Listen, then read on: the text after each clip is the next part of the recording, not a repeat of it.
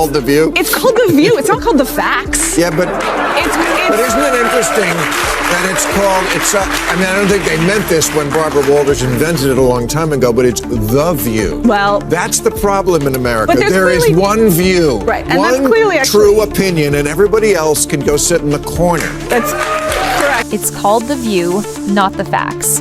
Yeah, but isn't it kind of wild that it's called that? I mean, I doubt Barbara Walters meant it this way when she created it back in the day, but still, The View. And that's the issue in America, right? There's only one acceptable view, one opinion, and everyone else. Yeah, they're told to take a seat in the corner. Exactly. Sunani Hostin just got tag-teamed on live television, and this wasn't your usual polite panel debate. Nope. This was a verbal beatdown, and the attackers none other than Bill Maher and Megyn Kelly. It was so brutal. Someone should probably check if the Geneva Convention covers talk shows now. One moment is Sunny's all cool and composed, sipping her tea on The View, like she owns the place. The next, wham, face down in her cue cards like she just got blindsided with a televised eviction notice. They're disgusting. She's Anna Navarro in your wildest imagination. You could never solo host a show. You will only ever make it as part of an ensemble, and you could never hope to achieve the success that Tucker Carlson has. So you can sit in your little cheap seats all day long and enjoy your little negative henpecking, but your careers are going nowhere, and Tucker is about to dominate in whatever space he goes to. So what kicked this off, picture it? A showdown so chaotic it made. Bravo reality shows look like Sunday School Ma brought that sharp Bonidri sarcasm. Only he can wield, while Megyn slid in cool and precise landing hits like a surgeon with a vendetta together. They turned Sunny's comfy little segment into a full-blown demolition. Zone. This wasn't a debate, it was an academic back alley brawl. And poor Sunny, she came armed with a glitter pen while they rolled up in emotional tanks packed with receipts. That soapbox she loves shakier than a dollar store IKEA chair during an earthquake. And when the smoke cleared, she just sat there blinking like her inbox just hit her with a final boss labeled overdue Wi-Fi bill. I want to talk about Whoopi Goldberg because I got so many texts this week because she attacked me the week before. Sure. So she was, I wrote, it was like, oh, Bill, I get you're enjoying the karma. First of all, I'm going to talk about this at the end of my show next week, teaser. But there is no thing as karma, okay? Get over that. Whoopi attacks me on a regular basis. She says stupid shit on a regular basis. They just happen to coincide. Let's talk about Sunani Hostin's go-to party trick, swinging that law degree around like it's a luxury handbag with a hidden blade. She treats her resume like it's some golden ticket that automatically wins every argument. At this point, former federal, prosecutor might as well be stamped across her forehead in glittery bubble letters. She's always the first to drop as a lawyer like it's a cheat code. But the moment you hear that you know what's coming, something totally off base, painfully obvious, or so drenched in smugness it could peel paint.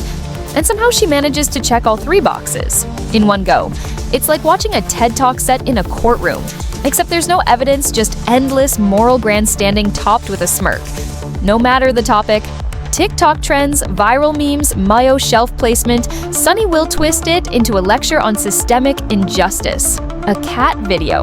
That's imperialism, a cooking tip. Clearly culinary oppression. She's basically the live-action version of outrage. Twitter loud, overly theatrical, and constantly committed to missing the point. On purpose.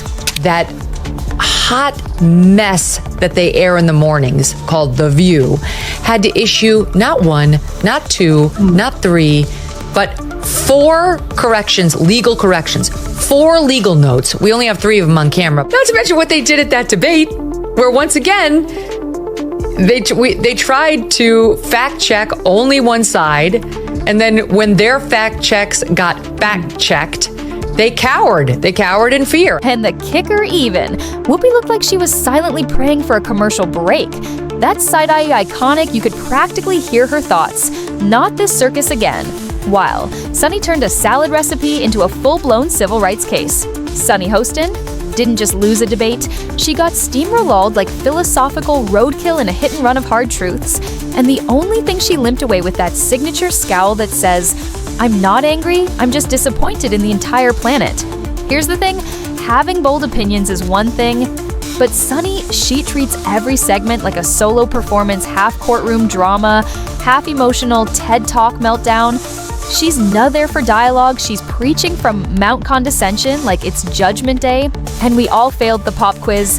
But there's the twist, Bill Maher and Megyn Kelly don't do theater. No applause cue, no dramatic lighting, just cold facts, razor wit, and precision takedowns. And in seconds, Sunny's confident monologue turned into a clumsy improv skit, no punchline, no standing ovation, just dead air and secondhand embarrassment. Now, I'll use any term you want. Okay. Because maybe that is a word that's triggering, and so let's not use that word. I don't know, want to call it the super far left, but don't tell me the left Or maybe the super far right. Well, he's talking about the left. Well, then okay, but we talked about that. I mean, I think we agree about the danger of the super far right, and I can't say it enough. I think they're the bigger threat. But don't tell me that the left hasn't changed. Mm-hmm. I'm old enough to remember when it was the conservatives who hated the Jews. Yeah.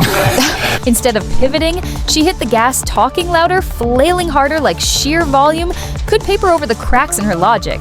But Mar Ice Cold sat there like a tenure professor skimming through a freshman essay titled, How I'm Always Right. I didn't. Need to cut in her argument, collapsed on its own, folding faster than a clearance rack beach chair. Every buzzword she hurled just dug the pit deeper. This wasn't a debate anymore, it was a live spiral punctuated by dramatic gasps and flailing logic by the end. Sunny wasn't arguing. She was hosting a solo pity parade decked out with fireworks of indignation and an RSVP list that included exactly no one. Then came Megyn Kelly, calm, crisp, and sharper than a switchblade wrapped in cashmere. No yelling, no drama, just a quiet, calculated takedown. She didn't throw shade, she performed a dissection, clean, clinical, and brutal.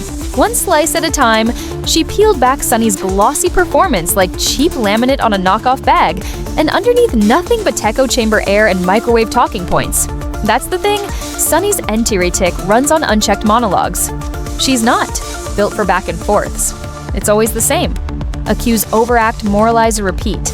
But when someone like Megyn strolls in with a single pin of truth and punctures that bloated balloon of righteousness, all that's left is the hiss of deflation. Stop saying that Whoopi Goldberg getting yanked from The View right after she attacked me on The View is karma. There's no such thing as karma. Sorry. Sorry, but life is random. The only word to describe it when a big game hunter gets trampled by an elephant and then eaten by lions is hilarious. Boom, total collapse, instant and brutal. This wasn't a stumble.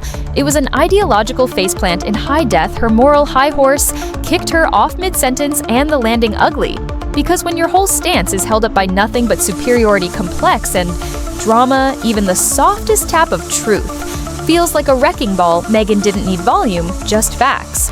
One obvious point, and Sunny's whole persona crumbled like a dollar store prop in a community theater courtroom scene. And let's be real, Megyn Kelly's very existence seems to set off Sunny's internal alarm system. The moment her name gets mentioned, Sunny's pitch goes supersonic like facts, or some kind of airborne toxin. It's bizarre, Megyn's actual offense, daring toss-string together logical fact-based sentences. On The View. That kind of clarity basically forbidden sorcery in that studio. On The View, if you roll in with stats instead of soba stories, logic instead of theatrics, and manage not to flip your hair while sighing, dramatically you're a threat to the entire emotional ecosystem. And Megyn Kelly, she's the apex predator. This all popped off during a segment about world superpowers. Apparently that's how it started. Sunny went in with a riff on patriotism, America, and Black America classic Sunny mode. It's all there, Jason. The moral posturing, the righteous tone, the whole playbook. Alyssa Farah kicked it off as the token conservative voice, and then boom, Sunny jumped in and the spiral began. If America is not the #1 global power, it's not going to be Denmark. It's going to be communist China, a country that right now the government is imprisoning Uyghur Muslims in concentration camps. It is a deeply racist government. It's a human rights violating government. It is a government that if they're the leader of the free world, we are not a free world the way that we are right now. The notion of patriotism and the notion of America and the American flag has been co-opted by the right as if they are true patriots. But when I listen to Christopher Wray, the head of the FBI, he said white supremacy is the biggest domestic threat. While Sunny's over there clutching her pearls over thelitis democracy, ending disaster sponsored by Vague Vibes TM and whatever dramatic MSNBC segment was trending that morning, Meghan just sits back calmly, armed with reason. It's honestly offensive, she cites sources, she drops stats, she talks like someone who graduated middle school without meeting. A group hug, terrifying right, a full-blown horror flick for a panel that treats calm logic like a biohazard. Meanwhile, Sunny's debate kit looks like she borrowed it from the high school drama department, smoke bombs of emotion, monologues soaked in melodrama, and the occasional shoulder shimmy that's supposed to represent 400 years of oppression theatrics. She's overflowing. Actual arguments, not so much. Then comes Meghan, dropping cold, crisp, fact-checked missiles right into the heart of Sunny's outrage opera. Precision strikes one after another, slicing through the noise like a surgeon with a spreadsheet. It's like watching someone show up to a chess match with a glitter, splattered coloring book, and then lose their mind because their unicorn bishop isn't regulation. Every time Meghan encounters with data logic or a well-documented fact, you can see Sunny glitch in real time. The eyes go wide, the voice gets louder, but the playbook never changes. Retreat into the echo chamber of indignation and pray the audience missed the malfunction. It's like watching someone argue that 2 + 2 equals systemic injustice and then cry full when someone pulls out a calculator. At this point, you're just waiting for Sunny to yell, "How dare you bring math into my feelings?" Because apparently in that studio logic is the ultimate hate crime. 6 was an atrocity. It was one of the worst moments in American history. And when you think about the worst moments in American history, like World War II, things that happened, like the whole chattel slavery. Yeah, the January 6th is right up there next to the Holocaust and slavery. And don't even get me started on Sunny's one-woman war against comedy. For someone who never misses a chance to flex her knowledge of law and society, she treats a punchline like it's grounds for prosecution, sarcasm that's hate speech, satire emotional, assault she acts like laughter is some kind of constitutional threat. It's 2025, and Sunny still hasn't grasped the basic concept that comedians joke.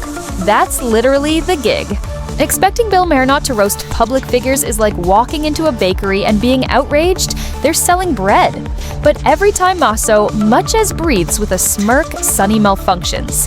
You'd swear he just read her 8th grade diary aloud, complete with moody justice poems and glittery hearts around her own name. The gasp, the pearl clutch, it's pure reflex. She treats being offended like it's a power move, as if declaring "I'm hurt" automatically shuts down the room. Here's a legal update. Sunny disliking a joke doesn't make it illegal, but the real pie stare assistance.